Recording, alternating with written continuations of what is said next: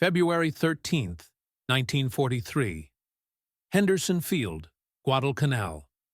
Lieutenant Kenneth Walsh of Marine Fighter Squadron 124 squinted against the harsh tropical sun as he climbed into the cockpit of his new fighter. The massive Vought F4U Corsair sat on the dusty airstrip, its distinctive inverted gull wings and enormous propeller unlike anything the Japanese had yet encountered in the Pacific War. For Walsh and his fellow Marine pilots, tomorrow would bring their first combat mission with the untested Corsair, escorting a flight of bombers to Japanese-held Bougainville.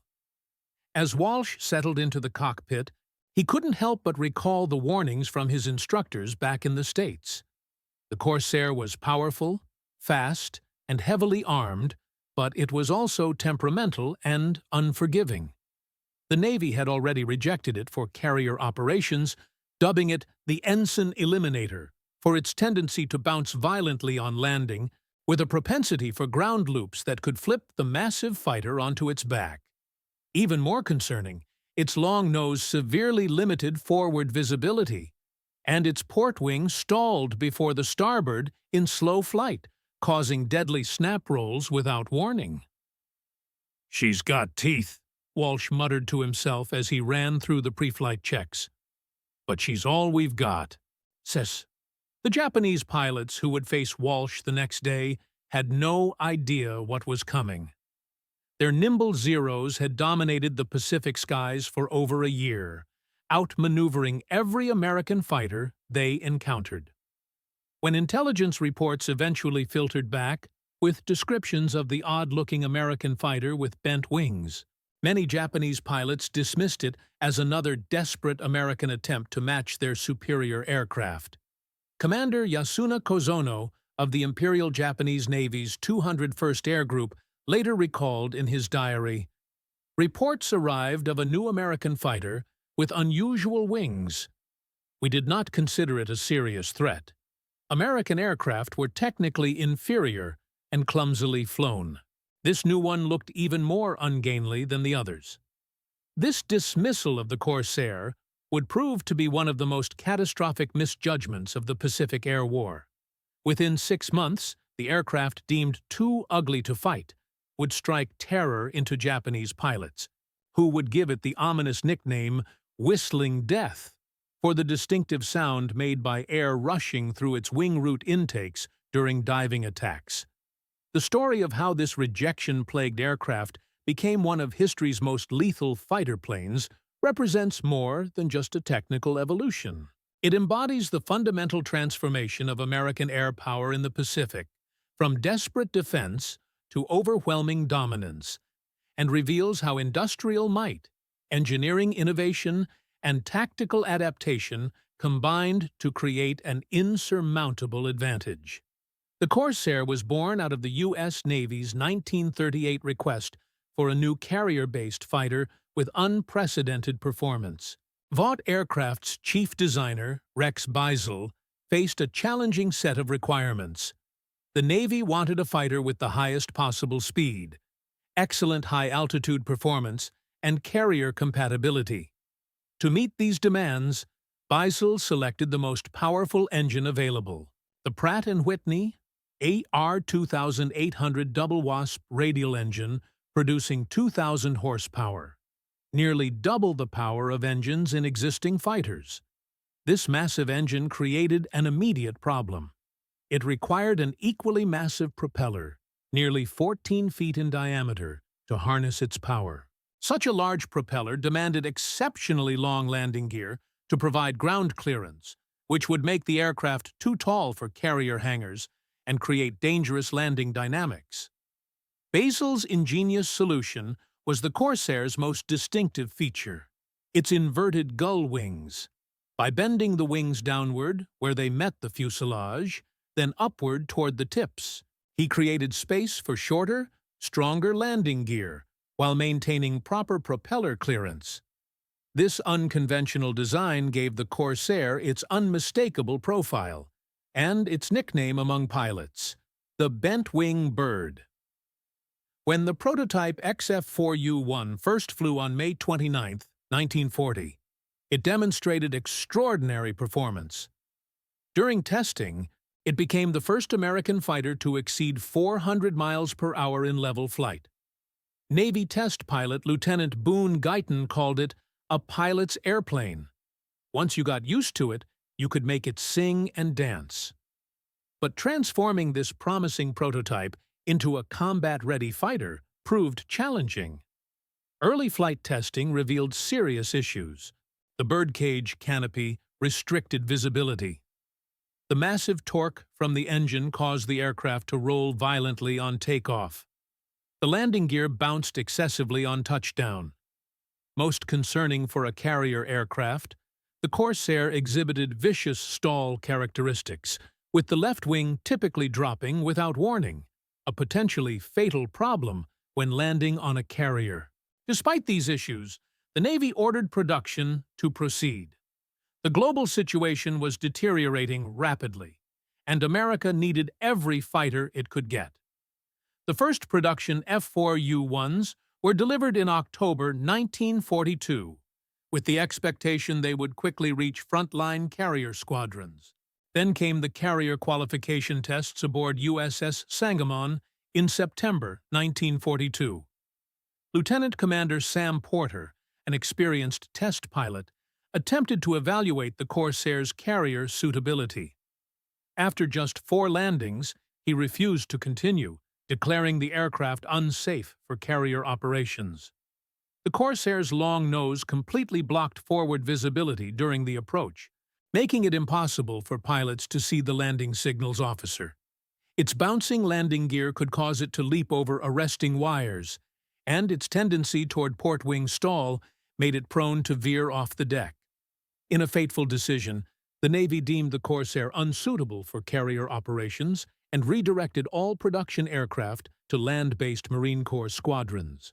The F4U would go to war, but from island airstrips rather than carrier decks. For the Marines desperately fighting to hold Guadalcanal and other island bases in the Solomon Islands, the timing couldn't have been better. Their aging Grumman F4F Wildcats were thoroughly outclassed by the Japanese Zero. They needed something that could climb faster, dive harder, and hit harder.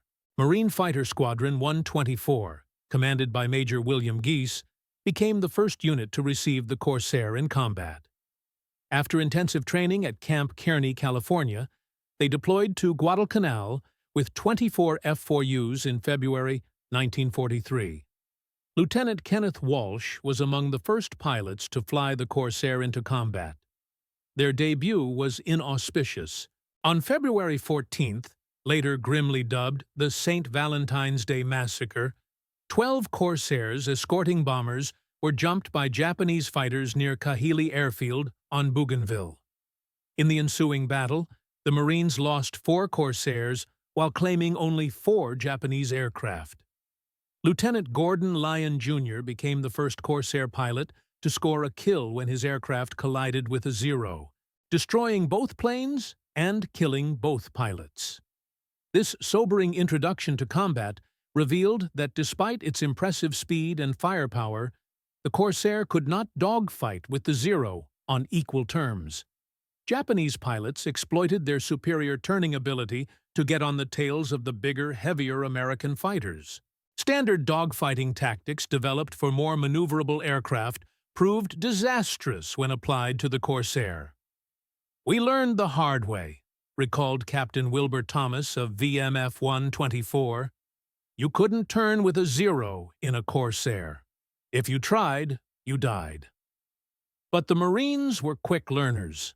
Within weeks, they developed new tactics that played to the Corsair's strengths.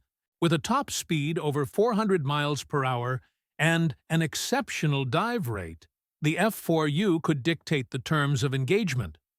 Pilots began using boom and zoom tactics, diving through Japanese formations at high speed, delivering devastating fire from the 650 caliber machine guns, then climbing away before the Japanese could react. Major John Smith, who would eventually become the Corsair's first ace, explained, "We developed what we called the hit-and-run tactic. We'd start from high altitude, make one pass, then climb back up to altitude. The Zero couldn't follow us in a climb or catch us in a dive. We'd make a pass, shoot, and keep right on going. These tactics, combined with the Corsair's rugged construction and powerful armament, began to shift the balance of air combat. By March 1943, VMF 124's victory ratio was improving dramatically. Lieutenant Kenneth Walsh scored his first victory on April 13, shooting down a Zero over Russell Island. It was the beginning of a remarkable combat career that would eventually make him the first Corsair ace, with 21 confirmed victories. As more Marine squadrons transitioned to the Corsair, Japanese pilots began to recognize they were facing a formidable new threat. The aircraft's distinctive whistling sound, caused by air rushing through the wing root intakes during high-speed dives, became an ominous warning of imminent attack. Some Japanese accounts referred to the aircraft as "whistling death" for this characteristic sound. Though whether this was an official nickname or post-war embellishment remains debated by historians. What is certain is that Japanese pilots' initial dismissal of the ungainly-looking aircraft had transformed into serious concern by mid-1943. Lieutenant Saburo Sakai, a leading Japanese ace who survived the war, later wrote, "When we first saw the Corsair, we thought it looked ridiculous with its bent wings. We soon learned it was no laughing matter to face one in combat." While Marine pilots were developing effective combat tactics for the Corsair, Vought engineers were working to address the aircraft's deficiencies. The most significant improvement came with the introduction of the F4U-1A variant in mid-1943. This version featured a raised cockpit that improved forward visibility and a clear bubble canopy that replaced the framed birdcage design, dramatically improving all-around vision. Engineers also tackled the Corsair's dangerous stall characteristics by adding a small metal strip, called a stall strip, to the leading edge of the right wing. This seemingly minor modification caused both wings to stall simultaneously, eliminating the deadly snap rolls that had plagued earlier versions. Landing gear struts were modified to reduce bounce on touchdown, and the torque problems were addressed through propeller and control adjustments. By June 1943, these improvements had transformed the Corsair into a more forgiving, albeit still demanding, aircraft. But the most dramatic chapter in the Corsair story was about to unfold with the arrival of a new commander for Marine Fighter Squadron 214. Major Gregory "Pappy" Boyington was an unlikely hero, a hard-drinking, rule-breaking pilot who had previously fought with Claire Chennault's Flying Tigers in China before rejoining the Marines. In September 1943, he took command of VMF 214, a newly formed squadron equipped with the F4U Corsair. Boyington's unorthodox leadership and the squadron's independent spirit led to their adoption of the nickname Black Sheep. Under his guidance, the squadron developed aggressive tactics that maximized the Corsair's strengths. Rather than waiting to escort bombers or defend territory, Boyington led his pilots on sweeps deep into Japanese airspace, actively seeking combat. On October 17, 1943, Boyington led 24 Corsairs to the main Japanese base at Kahili on Bougainville. Flying at high altitude, they deliberately made their presence known, baiting Japanese fighters to rise and meet them. An estimated 60 Japanese aircraft took the bait, climbing to engage what they thought would be easy prey. What followed was one of the most lopsided victories of the Pacific Air War. Using coordinated diving attacks and disciplined hit-and-run tactics, the Black Sheep shot down 20 Japanese aircraft without losing a single Corsair. Boyington himself claimed 5 kills, becoming an ace in a single mission. This battle showcased not just the Corsair's capabilities, but also how quickly American pilots had adapted their tactics to exploit its strengths. The Japanese pilots, still using traditional dogfighting approaches that had worked against earlier American fighters, found themselves outmatched by an aircraft that refused to dogfight on their terms. "We changed the rules," Boyington later wrote. "The Japanese were still fighting the old way, turning and twisting. We hit them hard and fast, then got the hell out of there and set up for another pass. They never adapted." The Black Sheep's success highlighted another crucial advantage the Americans possessed: industrial capacity. During the 84 days of their first combat tour, Boyington's squadron claimed 97 confirmed aerial victories while losing just 4 pilots in combat. When aircraft were damaged, replacements arrived promptly. When pilots were lost, new ones came to take their place. By contrast, Japanese aircraft production was struggling to replace losses, and their pilot training program was increasingly unable to produce skilled airmen as fuel shortages curtailed training flights. This disparity in industrial capacity and training infrastructure meant that American tactical successes translated into strategic advantages in ways that Japanese victories could not match. The transformation of the Corsair from rejected carrier fighter to dominant land-based aircraft represented only half its journey.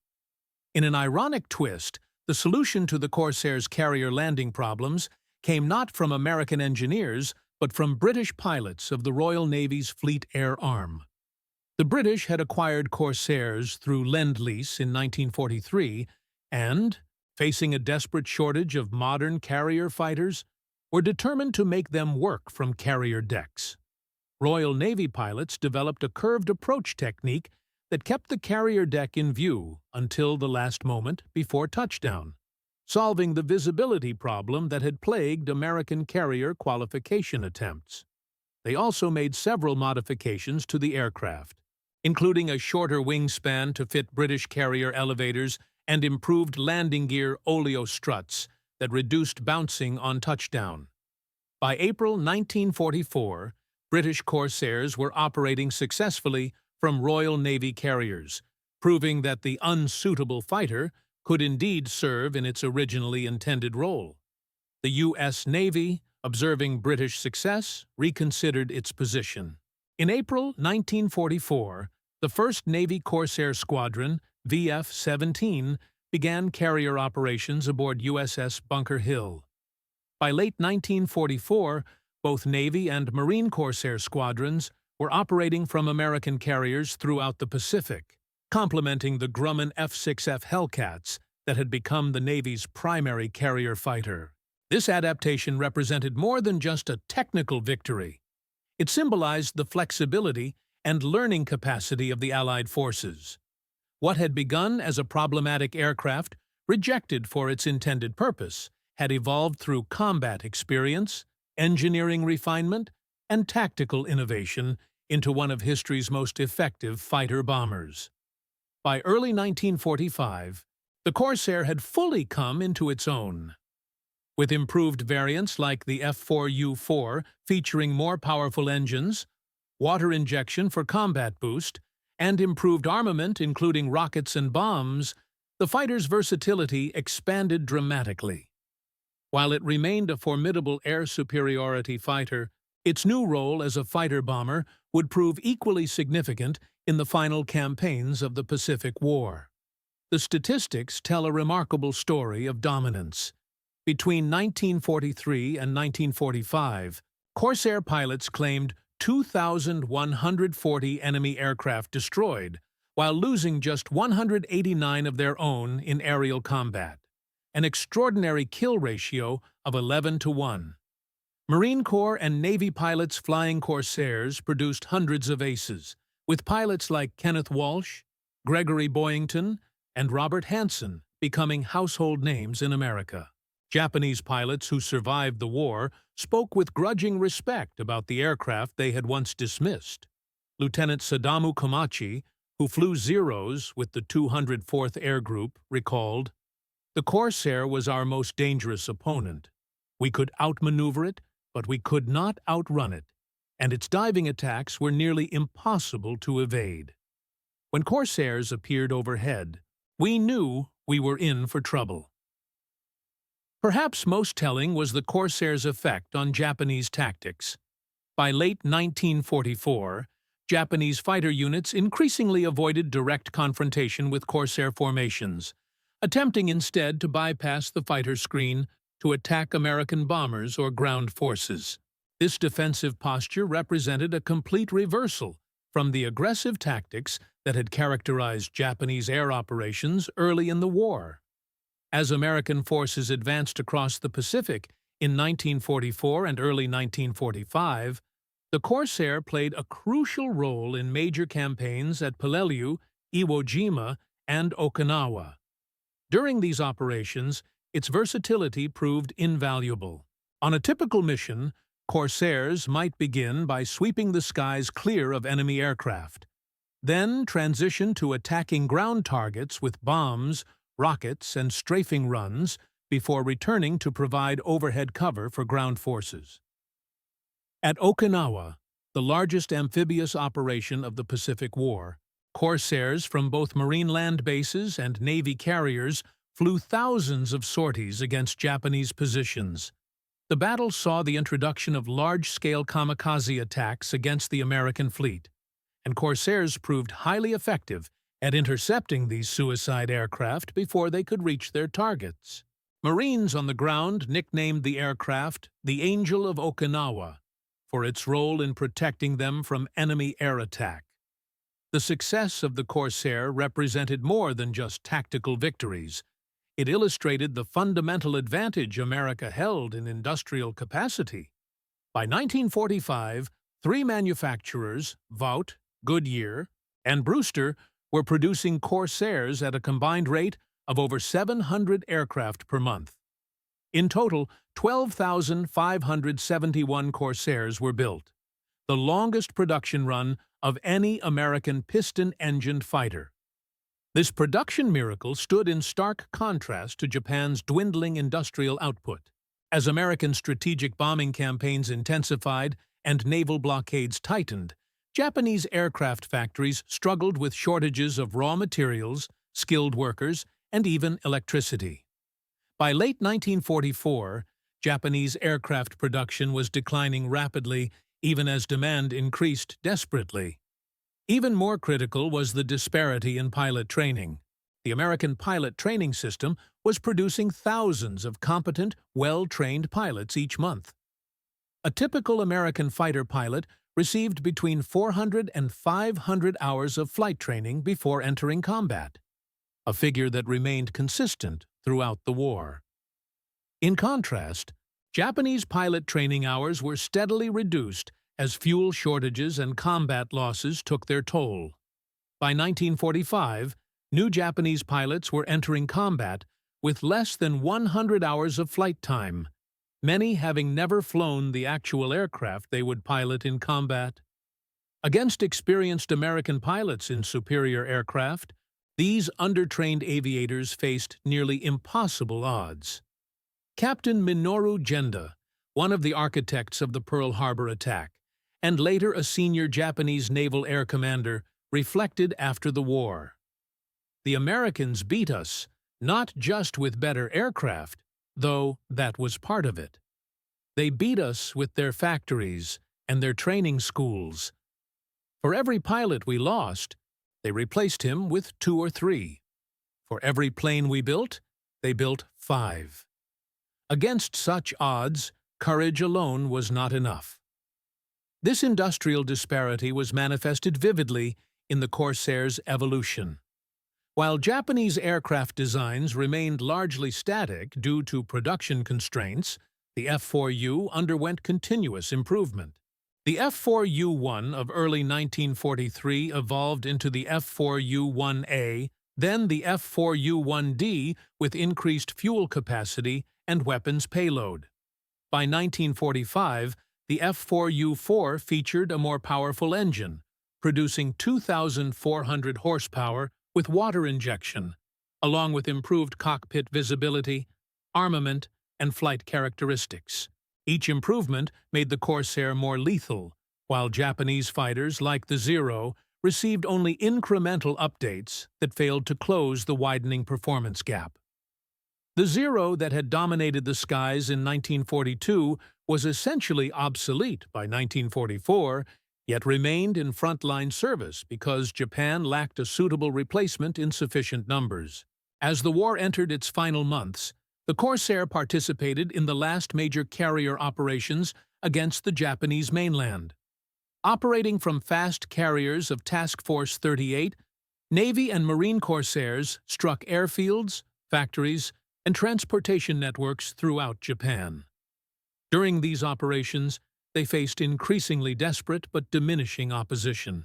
Japanese air defense was hampered by fuel shortages so severe that many interceptors could carry only enough fuel for a single attack pass before having to land. When Japan surrendered in August 1945, the Corsair had established itself as one of the most successful aircraft of the war. From its inauspicious debut at Guadalcanal to its dominance in the skies over Japan, it had completed a remarkable journey from rejected prototype to legendary fighter. Unlike many wartime aircraft that quickly faded into obsolescence after the conflict, the Corsair's service continued long after World War II ended. During the Korean War, F4U-4 and F4U-5 Corsairs served as ground attack aircraft, using their considerable payload capacity to deliver rockets, bombs, and napalm against North Korean and Chinese targets. Though primarily used in the attack role by this time, Corsairs still occasionally engaged in air combat. In one remarkable incident in September 1952, a Marine Corps Corsair pilot, Captain Jesse Fulmer, shot down a Soviet-built MiG-15 jet fighter, a testament to the continuing effectiveness of the piston-engined fighter even in the jet age. The Corsair's longevity extended beyond American service. France operated Corsairs during its Indochina War, while smaller nations like Argentina, El Salvador, and Honduras flew the aircraft into the 1960s. The last military Corsairs were finally retired by the Honduran Air Force in 1979, an extraordinary 37 years after the type's combat debut. The story of the F4U Corsair embodies the larger narrative of America's path to victory in the Pacific, a journey from initial setbacks and improvisation to overwhelming industrial and technological dominance. What began as an aircraft deemed too dangerous for its intended role evolved through practical combat experience, engineering refinement, and tactical adaptation into one of history's most effective fighting machines. More than just a weapon system, the Corsair represented the American approach to warfare.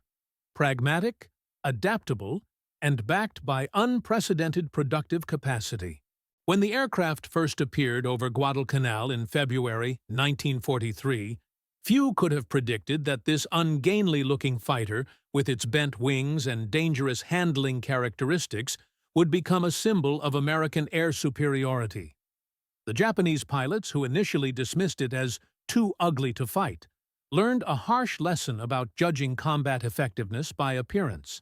The aircraft they mocked would play a central role in driving Japanese air power from the skies and helping secure Allied victory in the Pacific. Today, the F4U Corsair is remembered as one of the iconic aircraft of World War II. Its distinctive silhouette is instantly recognizable even to those with little knowledge of aviation history. For the pilots who flew it, and the ground troops who fought beneath its protective cover, it represents something more personal. A powerful, demanding, but ultimately trustworthy companion that helped them survive and prevail in one of history's most brutal conflicts. Marine Corps ace Kenneth Walsh, who scored 21 victories in the Corsair and received the Medal of Honor for his actions, perhaps summarized it best. The Corsair was like nothing else, challenging to master but rewarding beyond measure once you did. It demanded respect and punished carelessness, but it would bring you home when nothing else could. In the hands of a pilot who understood its ways, there was no finer fighting machine in the skies. From rejection to dominance, from too ugly to fight, to whistling death. The journey of the F4U Corsair stands as a testament to the power of adaptation, innovation, and industrial might. In the skies over the Pacific, this remarkable aircraft helped write the final